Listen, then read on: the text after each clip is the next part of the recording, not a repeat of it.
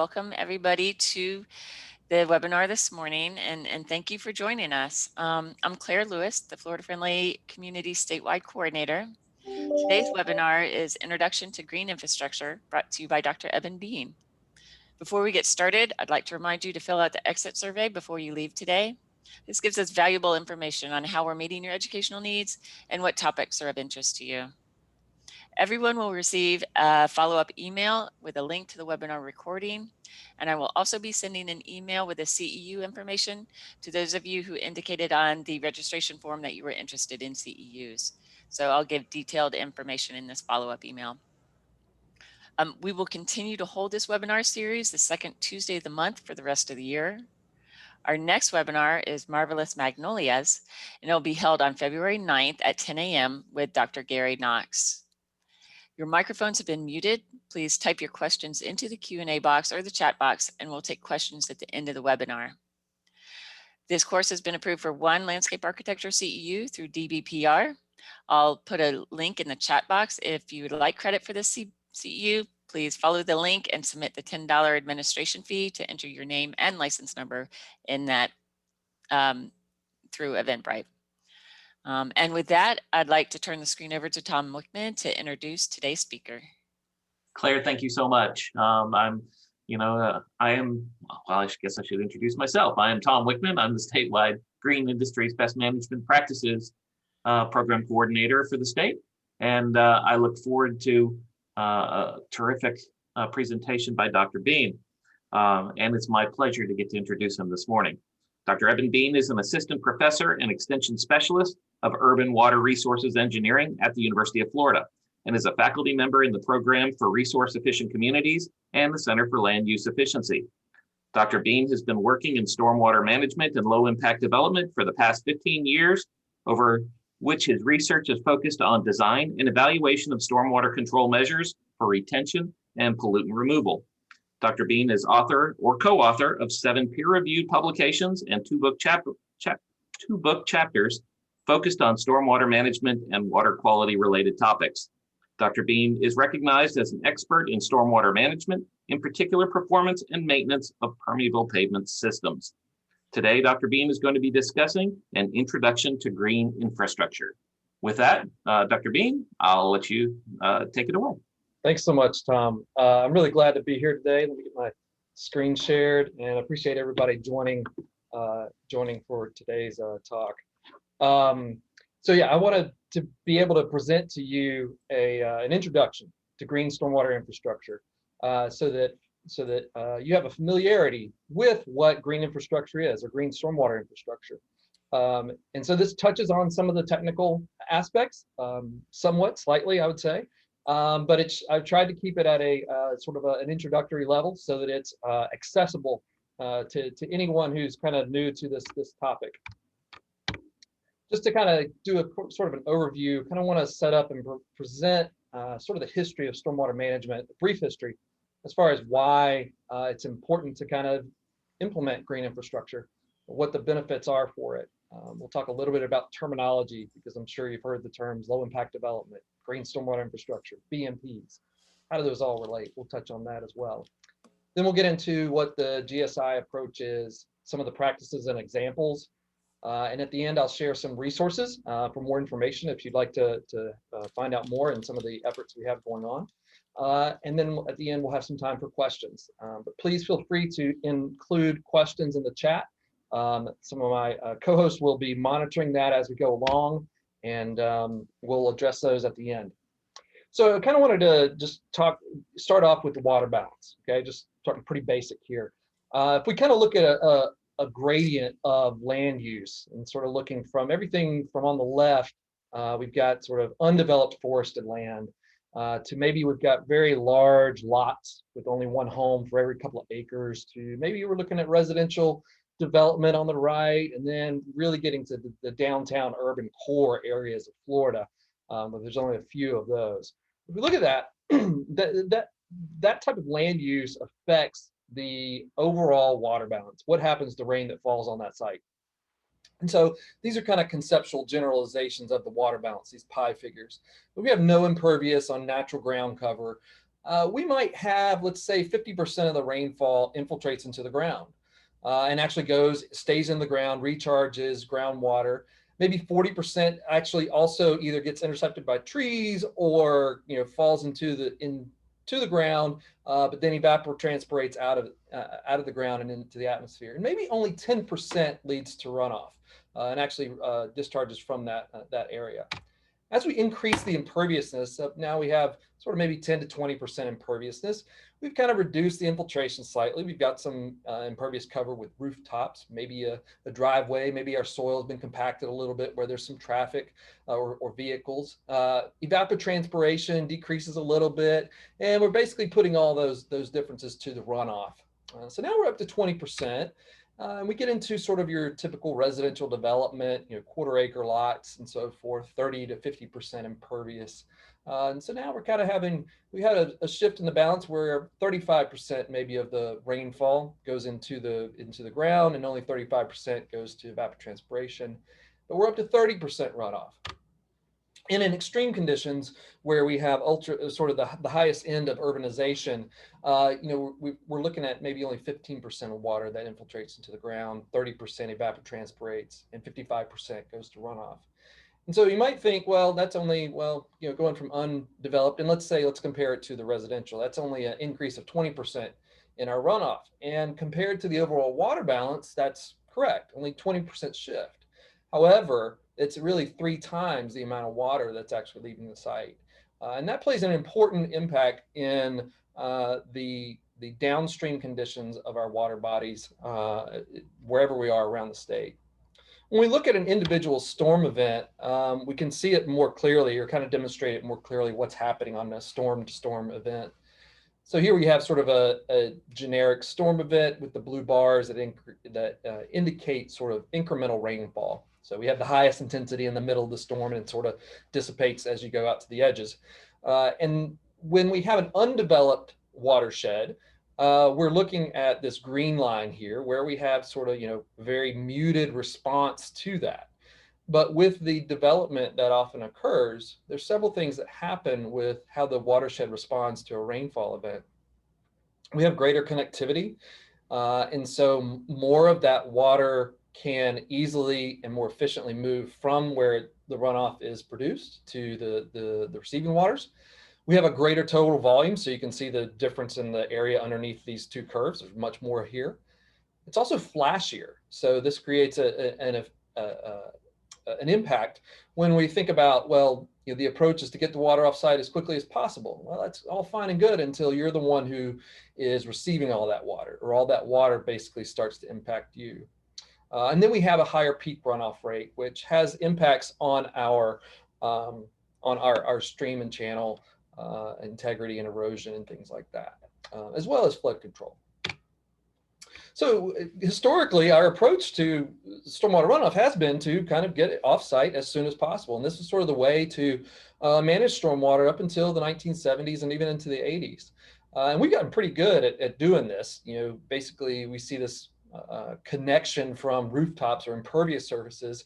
Here we have the scuppers on the side of the building on the left, and then the storm drain inlets on the bottom left. And then, those pipes oftentimes would run to the nearest low spot or nearest stream channel. And so whatever was coming off the land surface during those storm events, regardless of how large those storm events were, they were kind of basically getting washed off into our streams and waterways. And that's kind of, we have to deal with that legacy in some ways. And that's why we have some of our impairment issues. And so those pollutants that come off the landscape have impacts on the receiving waters. We see that flooding is still a major issue, particularly in areas where we have sea level rise that's impacting our ability to have drainage capacity, water basically moving from the coast up the storm drain lines and into the watershed. Nutrients and can lead to algal blooms and dissolved oxygen drops that can affect fish. And then we can have channel incision and erosion of public property or private property that can also affect or endanger our utilities. So a lot of issues. So, the first way that we tried to address this was to say, okay, well, flooding, that's an issue we need to address. That's putting people's lives at risk. And so the way that we've kind of gone about that is to essentially set a bar for how much rainfall or how much runoff can leave a site, what that rate is, rate control. Okay, so in this sort of example storm event, our pre-developed runoff here in the back, that's sort of the peak runoff rate here. We established that as like, okay, we can't exceed that. And so that's this dotted yellow line here. The generic typical runoff that's coming off the site might be here.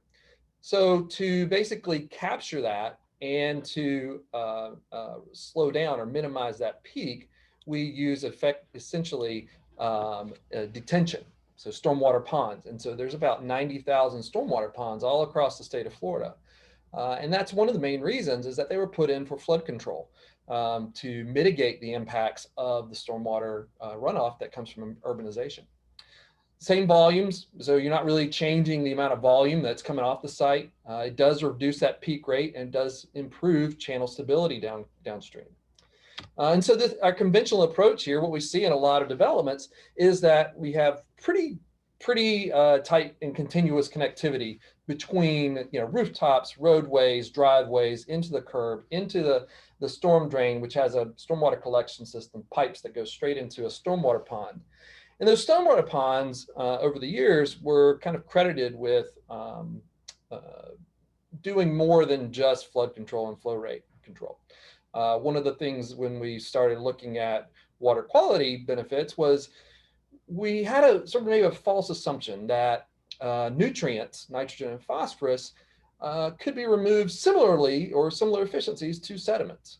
So sediments, you can kind of understand, they will, if you're washing those out and then you stir up a jar that has water and sediments kind of floating in it, and then you set it down on the counter, those sediments will eventually sort of drop out of the suspension and they'll fall to the bottom. And there is a certain portion of nutrients that do that as well. However, that's not the primary way that they exist in stormwater ponds, especially for the longer duration. There's a large fraction that is dissolved. And so that's a big issue here, is that we had sort of there's some regulations in place that essentially enable the use of stormwater ponds, but they don't, without actually meeting some of the performance criteria. And sort of something that's kind of being addressed now, I think. I'll come back to that in a moment. So when we look at these stormwater ponds as well, oftentimes when we think about flood control, we're thinking about, fairly large storm events. We've probably heard of, hurricanes that come and bring, 100-year, 200-year storm event, 50-year storm event. And this is sort of a plot of, and I believe this is actually from the Tampa area, sort of a distribution of the size of storm events, their duration, and how frequently they might occur. And so, for example, the 25-year, 24-hour event is right around 10 inches of depth. And so from a storm event perspective, these are massive storms, large events that are very difficult to manage, but they happen fairly infrequently. And I'll come back to that point as well in a moment. What we've found with a lot of urban areas is that the sources of pollutant from the urban areas are a problem that continues to need addressing, and we're continually looking at ways to manage those pollutants and try to reduce those pollutants' impact on our waterways. If we think about the types of areas or source areas in urban areas, we have roadways are sources of polyaromatic hydrocarbons, metals. Sediments build up on impervious surfaces. We get atmospheric deposition of nutrients as well. We can have over fertilization of our landscape, or if we're not cleaning up where we've spread fertilizer onto impervious surfaces. And then, as much as I love my dog, this is not him. Mine was not nearly as cute as this one. They are walking, barking point sources of pollution, to be honest. So making sure that we keep those sources out of our waterways is important. But inevitably, these pollutants always make it off these surfaces and into the stormwater conveyance system. When we look at stormwater ponds, I kind of alluded to this before, that stormwater ponds kind of, to put it bluntly, don't make the cut. Their performance is not nearly what they are credited with. They're generally credited if they're designed to the standard to get 80% nitrogen and phosphorus removal. And if we look at some of the research that's been done, we see that in nitrogen, we barely cross the 40% of nitrogen removal. And that's really only if we have really long sort of detention time, or that water being able to really sit there for a long time. After that settling occurs, really the removal processes rely on biochemical processes to remove the nitrogen. In the figure just to the right of the nitrogen, we do see that phosphorus exceeds that 80% level. But again, we're talking a detention time of almost 200 days to reach that. The graphs in the top here kind of take maybe a different approach in looking at, well, what about the concentrations? What the concentration that comes out? Well, we see that our concentrations of nitrogen coming in is typically around 1.6 milligrams per liter. We only get about 25% reduction in that concentration that comes out. 1.2 is the effluent typically coming out of the ponds. Phosphorus is a little bit better. We have about 0.3 for our milligrams per liter, but our outflow is 0.1, so about 67%. So we see that these ponds work a lot better for phosphorus than for nitrogen, but we're still oftentimes not hitting that 80% mark. If we look at the way that urban stormwater, the significance of urban stormwater around the nation, it's the second leading cause of impairment to coastlines, second leading cause of impairment to bays and estuaries, fifth to streams and rivers, and eighth to lakes. It didn't have this specific data for Florida, but if we look at the impairment rate of these types of water bodies in Florida, we had 31% of coastlines, 59% of bays and estuaries, 55% of streams and rivers, and 80% of lakes. And in Florida, those leading causes are attributable to nutrients, algal growth, and low oxygen. Those are the first, second, or third leading causes of impairment for those. And pathogens, it's another source that comes from urban stormwater, is another one that's right up there. And this is kind of just what's happened so far. It's sort of what we have. If we look at the way that urban development is happening around Florida, you may have seen this figure on the left before, the 2070 report. The 2010 baseline here kind of shows the developed areas. And on the right is the kind of the status of impairment of Florida's waters. And if you look for sort of the gray watersheds, the green areas, the blue outlines, and so forth, they're kind of clustered around a lot of these urban areas. So, the way that we've gone about managing stormwater runoff in urban areas has kind of been pretty ineffective at protecting those urban waters. And so there's a legacy of our infrastructure that has basically led to the impairment of it. And one of the things that I love about it's sort of ironic in many ways. When I pull up this on the FDEP webpage, it says the layer waters not attaining standards did not draw completely because there's so much information, so many of those water bodies. And maybe that's, I laugh, but it's kind of, it's kind of a sad state of where we're at with our water bodies in our urban areas. So I mentioned that our big storm events are really sort of infrequent, and that's what this plot is kind of meant to show. So this is like sort of daily rainfall totals over a 30-year period, and sort of looking at that distribution. So we have, just for example here, we have, let's say, about 60% of storm events of daily totals were around half an inch, maybe even less than that. So when we talk about, those flooding events of being 10 inches or more, those rarely happen. 90, 95, 98, 99% of storms are not hitting those flooding events that stormwater ponds are kind of designed to control for. What we're really concerned about are those more frequent storm events that occur on a regular basis. And lumping water quality control and flood volume control together is probably not the best way to go about it. And green stormwater infrastructure provides a good way to separate those and really treat stormwater for water quality for those small storm events and still address the flood control downstream more centralized. And if we look, here, 1 inch is oftentimes kind of looked at as, what we refer to as the first flush. You think about a dirty dish that you take to the sink, turn on the spout, turn on the spigot. That first water that flushes the plate off is going to have a lot of dirty water, right? And as the water continues to flush over the plate, less and less material is still on the plate surface. So the water actually gets cleaner and cleaner. Kind of the same thing that happens here. That first water, that first flush, is the water that contains the most pollutants typically. And so in this case, we use 1 inch as that first flush threshold. 85% of the days that have rainfall have an inch or less of rainfall here. And this is, again, this is for Tampa, but this is similar across the state. This distribution is very similar. So when we talk about green stormwater infrastructure, I want to talk about sort of a definition. And I really like this definition. And you've probably heard low impact development, low impact design, and where does green stormwater infrastructure kind of fit in? I'll explain sort of some of that terminology a little bit better, but essentially LID has now evolved into GSI. And that's sort of something that EPA kind of has transitioned their wording on.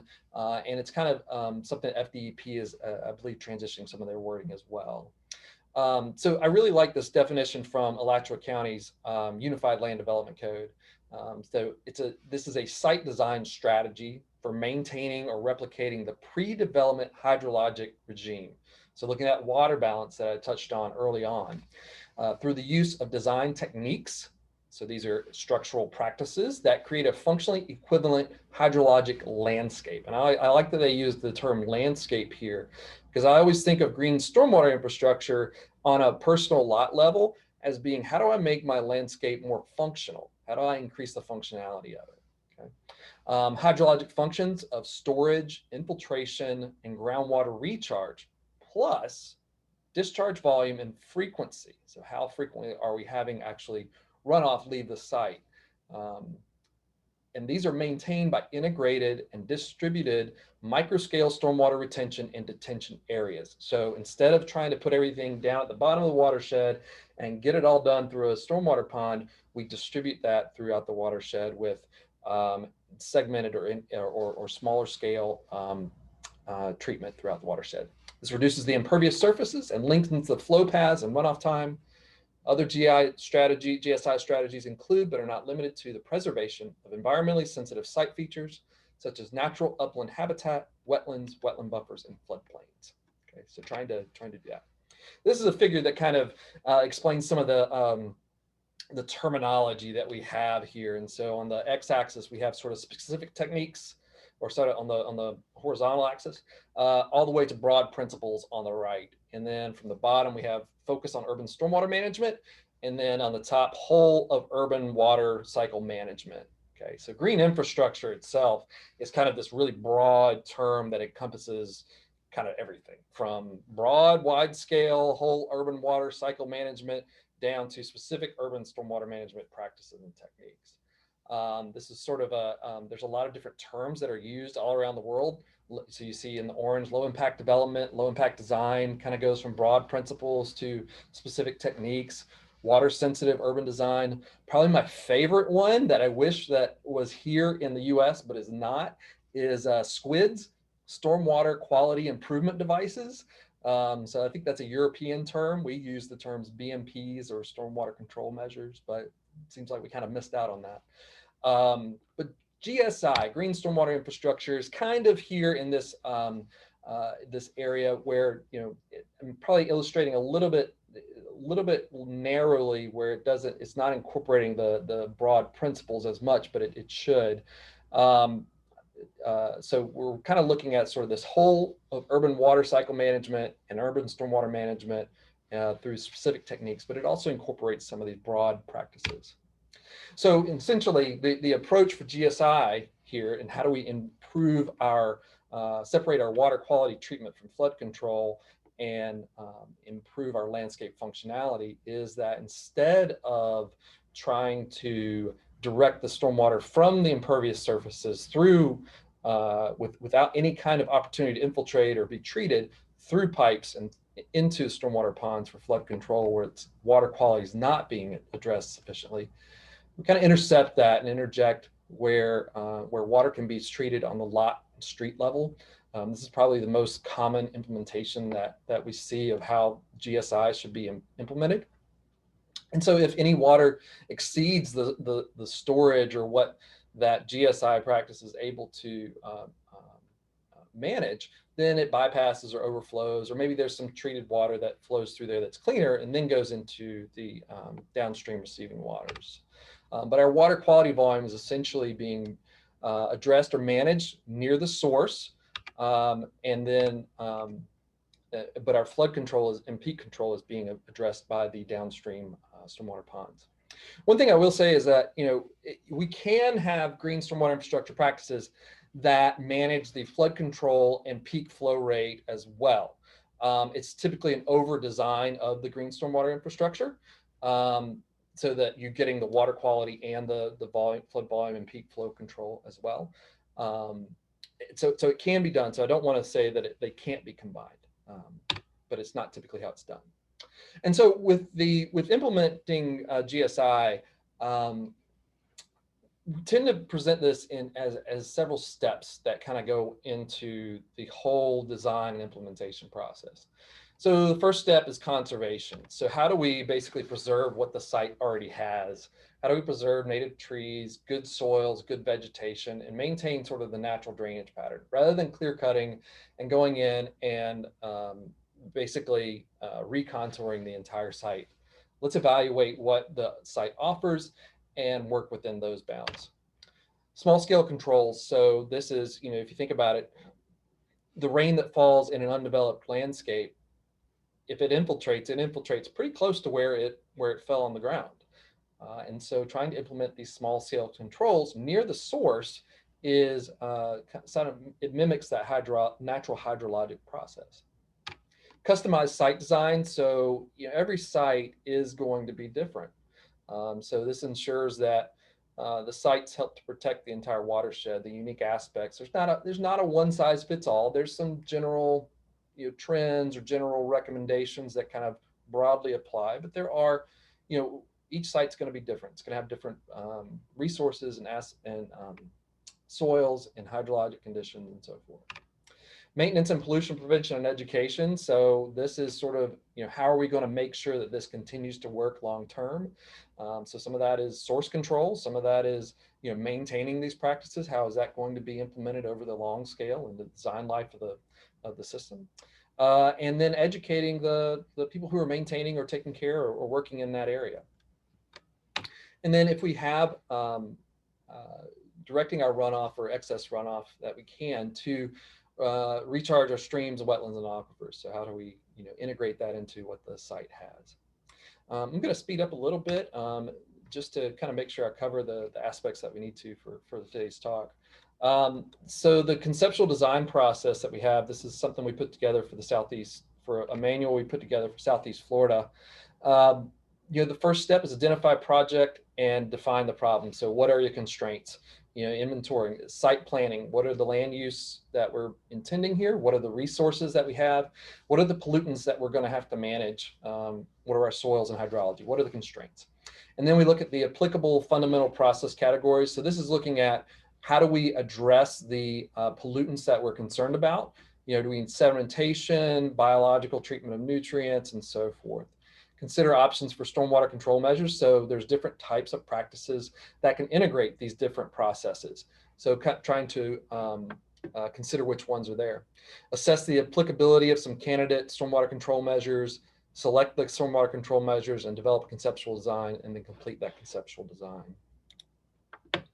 So now I'd like to kind of get into some of the more details, or we've kind of been conceptual. Let's kind of get a little bit more specific here. I'm going to talk a little bit about non-structural stormwater control measures. We touched on that a little bit, but then get into some of the structural stormwater control measures and off-lot practices as well. When thinking about stormwater control measures, it's important to evaluate the the land use, or kind of consider the land use that we're kind of implementing into. Not everything works at every kind of development scale. Permeable pavements are oftentimes going to be much more expensive than conventional pavement. The benefit is that you don't have to use as much land for stormwater management or for your water quality treatment. That makes a lot of sense at high density urban development where land costs are high. Doesn't make as much sense on the rural land zone, rural edge, or kind of where we have a lot of space and land is less expensive. So trying to consider the compatibility practices to the land development type. This is sort of an example of a site planning that was done. Comparison here, we have a traditional on the left and a GSI approach on the right. This is actually a development called Restoration that was in Volusia County. And basically the traditional development was going to impact a lot of the wetlands on the west side of the development area. They kind of came back to the drawing board and tried to protect those, and they implemented a lot of sort of approaches that align with GSI. They protected sensitive wetlands and the hydrologic features on the west side and reducing their impervious area by basically preserving open space, clustering, going with vertical development, and minimizing new landscaped areas that needed to have irrigation or fertilization. And then they use non-potable water for irrigation, so reducing the pressures on our existing resources. We can also limit imperviousness on just sort of smaller scales. You can kind of see some examples here, where we have swales on the sides of our narrow streets. That offers an opportunity to intercept that stormwater, allow it to infiltrate through that swales. For larger events, the swales can kind of convey the stormwater to other parts of the stormwater management system. Shorter driveways, we don't necessarily need to have very long driveways. That's impervious cover. And then instead of having larger lots, we can shrink lots and have multi-story construction, going more vertical here. Sort of an example. Disconnecting imperviousness is a great way to reduce the amount of runoff. So when you're looking at curb cuts, we see these as a great retrofit where you kind of put a notch into the curb, create a little depressional storage area, and any excess water can either flow through or flow past that rain garden or depressional area as it moves through the urban landscape. Again, I sort of talk about sort of this distribution of rainfall. We don't need to have really large volumes to make an impact on the water quality and address the first flush, those pollutants that are coming off of the urban landscape here.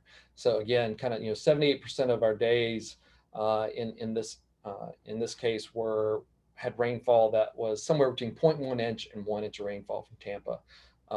We can still get a lot of rainfall, or a lot of our pollutants, a lot of the volume managed with really small individual practices. So some of these bioretention or rain gardens, these are one of the most common ones, if not the most common type of GSI. These are kind of landscape depressional areas, and they typically recover their storage by infiltration. Depending on the soils, they might infiltrate directly into the ground. If we have high water table or not really great infiltrating soils, there might be an underdrain, as you see in the lower right, where water is able to be filtered through the planting soil, and then basically that volume gets recovered through the underdrain. And typically we're looking at 9 to 12 inches of ponding depth and recovering that within 24 hours. And you can see sort of some very, some examples that you might not even notice in the urban landscape here, where we have, traffic islands and medians, where it integrates really well into almost kind of dead spaces of the urban area. So these are a great way to integrate stormwater management, water quality controls into the urban environment. Stormwater planters, these do great with runoff reduction, treatment, and attenuation. Very similar to bioretention, kind of looking at it basically being right up against the base of a building structure. It's really great for pre-treatment of suspended solids, sediments, which can cause a lot of issues downstream, and pre-treat and aesthetic, and reduces that peak discharge. Permeable pavements are probably my favorite practice that I've just done a lot of work on. And I don't really have necessarily a preference. There's porous asphalt, pervious concrete, and concrete pavers have their own place and best implementation settings. We do have an EDIS document over on technical considerations. If you'd like to read about that a little bit more, you can look for that on our EDIS website. But essentially, under all of those permeable pavements, you have essentially the same profile. You've got an open graded base course and sub-base reservoir, where water is basically able to infiltrate very rapidly through the pavement surface, and then it builds up in the void space, which is typically about 40% of that stone volume, and then slowly infiltrates into the subsurface over time. So really good practice there. Subsurface exfiltration is another one that we see a lot of, where essentially you can put a bunch of really high volume, high porosity structures underneath a parking lot. So this is one here in Gainesville that we had an opportunity to photograph before the parking lot went in. Essentially, when we go on the site now, it just looks like a typical parking lot, but their stormwater management is on site. They're reducing the runoff from for a certain size storm from leaving the site. Works really well. Infiltration trenches for volume reduction. Runoff is stored, again, kind of a similar approach, stored in that void space, either in a drainage pipe or the concrete structures that you see in the middle there. A lot of volume to create detention while that water slowly seeps into the ground. One of the keys here is that it's really great for runoff, rooftop runoff, so that you, which tends to be much cleaner than other sources that might have sediments. Vegetated swales, again, are a really great practice because not only do you get conveyance and be able to allow water to move across the urban landscape, it allows water to infiltrate during the first part of the storm, but it also allows the water to be filtered as it moves through and it flows through the vegetation. So it's really a great practice and has some good benefits on water quality and water volume. Cisterns, these can kind of be integrated in a wide variety of ways. We've seen them. I've seen them at fire stations, at individual homes, landscape maintenance facilities. Basically, the water that's captured, it's critical. There's a dedicated use for recovering that storage volume in a timely manner. So maybe it's irrigation, maybe it's vehicle washing, maybe it's toilets. Either way, all of these have to be non-potable sources. And so typically these just kind of direct that water into the storage volume that is either above ground or below ground. And then there's some use that is constantly, drawing that down. Green roofs, not as common, but they are sort of notable as being green infrastructure and really do a great job of capturing water at basically at the rooftop and evapotranspirating that water back into the atmosphere. Basically recovers that water through evapotranspiration, so evaporation and transpiration. It's important that these are drought tolerant plants. We have periods during the summer that particularly in the early summer, where we don't get a lot of frequent rainfall. So they need to be able to handle the high temperatures and low humidity and those long periods without rainfall. There's two types of green roofs. There's sort of the extensive that has small plants, and then there's sort of the intensive large plants. So if you've ever been to a Carrabba's, they have the big plants on the roofs. That's sort of an example of an intensive large plant green roof. Integrating multiple practices is another thing where we try to, each practice oftentimes has different benefits. So this is a site where they had multiple types of permeable pavements. You can see the brick, the block pavers in the upper left that we're standing on, porous concrete in the lower right, and then there was a cistern integrated down below that porous concrete, and it was at this apartment complex here in Gainesville. It looks really nice and did a great job. So it kind of ties into this treatment train where each practice kind of has either redundancy and duplication, so that we're having benefits from each of these practices that feed into maybe another practice that has other benefits to it. If you think about a sort of a typical urban development or a site, there's opportunities all across the site to integrate green stormwater infrastructure, permeable pavements in the parking areas. And one of the things with permeable pavements is it doesn't have to be the entire parking or drive area. We tend to say, up to, as low as 20% of the pavement surface can be permeable. You typically don't want to go any less than that because then you have too much water coming to one place. Clogging becomes an issue. But there's landscape areas where bioswales or bioretention can go in place, native plants, including rain gardens, cisterns, and green roofs. There's opportunities all over our urban landscape and urban spaces. I'm going to skip over this example case study just in the interest of time, but essentially this is a development from New Hampshire that we had really good detailed cost information, and essentially they were able to save $49,000 or off of this project, this $4.3 million project, by using green infrastructure practices to basically reduce the runoff and also save money. And you can see sort of an example here. I just want to touch on and close out, operation and maintenance is key to these. One of my favorite quotes with stormwater management is, another flaw in the human character is that everybody wants to build and nobody wants to do maintenance. And I don't think of anywhere else other than stormwater management where this applies more aptly. It's such a large topic now that ASCE, American Society of Civil Engineers, has their own conference just focused on operation and maintenance. 2017, 2019, I believe the next one, 2021, will be in Washington, D.C. But essentially, filters are going to clog, plants are going to die, and sediment builds up. So there's got to be some type of care and maintenance that's done on these practices to keep them going. Just kind of some other key points here, a little bit more detail, just looking at indicators of performance. Vegetation, if you have sort of wetland vegetation and something that should be remaining dry, that's an indicator that it's probably not functioning and needs some attention. Water and debris lines can kind of indicate if water is getting up too high, or how high water levels were. Typically water in these practices needs to recover within 72 hours. We're talking about pretty small volumes or small rainstorms. So it's got to be available. That storage needs to be available for subsequent rain events a few days later. So yeah. So in summary, I'll just kind of touch on this. Conserve natural space as much as we can. Limit or disconnect impervious cover so that we have an opportunity to, if there is impervious cover, to treat what's coming off of that. We want to restore or preserve those ecosystem services of the landscape. So hydrologic connectivity and hydrologic response, water quality benefits, manage that stormwater close to the source. And there's, on our individual homes, there's nowhere closer than our landscape and our lawns. And then it absolutely requires maintenance and kind of care to take care of those.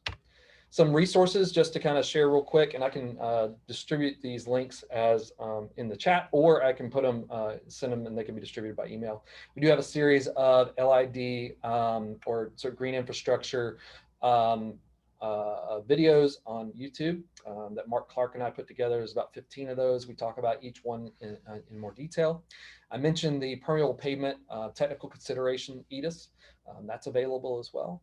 And then I alluded to this at one point, we developed if you're really interested in getting into some of the more details and understanding green infrastructure much more, we put together a manual for Southeast Florida last year, or I'm sorry, 2019, year before last, that focuses on, it's contextualized to Southeast Florida and the coastal impacts of stormwater runoff. However, there's a lot of stuff that applies broadly to Florida. And we are developing a series of educational resources at a statewide scale with Florida Department of Environmental Protection and some resources for karst areas as well. We expect to see those coming out in 2021, 2022, over the next time. So with that, I can take any questions that may have come up during the presentation, or if you have questions and want to enter them into the chat or the Q&A, I can take those now too. Thank you, Evan, so much. Absolutely. One of the things in the chat box that came up was why curb cuts if we want to retain the water in the beds? Well, it's curb cuts if you have curb cut gets the water off of the roadway and into the landscape to where water can infiltrate, and prevents it from going into the storm sewer that might go into a stormwater pond or might go into a water body downstream. So it's kind of creating a redirection of that, rather than introducing water from the landscape into the roadway. So that's, usually that landscape is going to be at a lower elevation than the roadway. Okay. Next question was, are there standard maintenance specifications that can be provided to the owner post-design construction? There are some templates for different types of practices that can definitely be tailored to the individual site. I would say that when it's being designed, that should be part of the design process, coming up with the regular maintenance schedule and what practices and inspections should be done. If you'd like more information on specific practices, you can kind of reach out to me directly. I took the slide down, but I think my contact information is available. It's my email address, easybean@ufl.edu. Fantastic. What is the difference between detention and retention ponds? Oh, good question. I love this analogy. So you think about school. If you got after school detention, that's cool. All right, I got it a lot. You get held after class, and then you go home after about 30 minutes or an hour, right?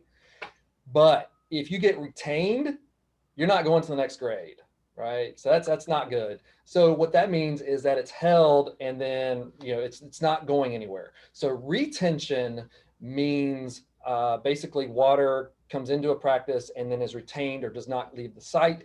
Detention means that it's captured, held temporarily, and then released. So I always go back to that school analogy there.